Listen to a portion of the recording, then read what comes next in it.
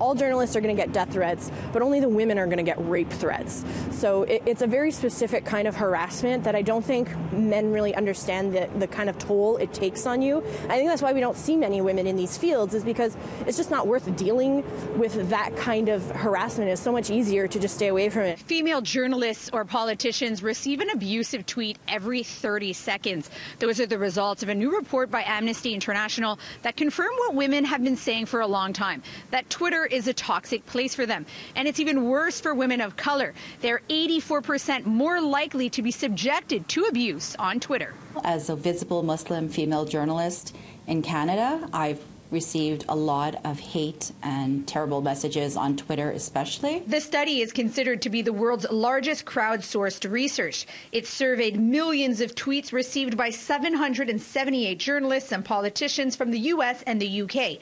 and found that 1.1 million tweets mentioning the women were abusive or problematic. These are people that are being prevented from doing their jobs. You know, in the cases of journalists or opinion writers or politicians, these are public figures that are taking up space on a public platform, and they are being silenced in many ways. A lot of women are choosing to remove themselves from Twitter because they don't want to deal with the abuse. The trolls have deterred me from using Twitter in the way that I used to use it, let's say 5-6 years ago, where I was very active. I was tweeting regularly, daily, and now I kind of just pop in there a few times a week. But it's that hate, the hateful rhetoric, the abuse that comes at me, it's a lot to deal with. Amnesty International said it repeatedly urged Twitter to make data like this available, as well as how they're addressing the situation.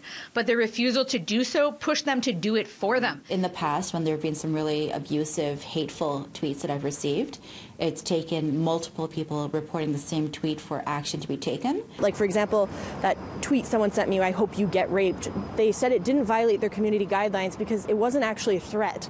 They weren't saying they were going to do it. They were saying they hoped it happened to me. So there are all these little loopholes that let people say really nasty things. They said Twitter's failure to effectively tackle violence and abuse on their platform has a chilling effect on freedom of expression. There are people that would prefer that these women are not voicing these opinions, and that's why they are so abusive. I try and make it a point to not stop talking on the internet because that's exactly what they want. In Montreal, Tina Teneriello, City News.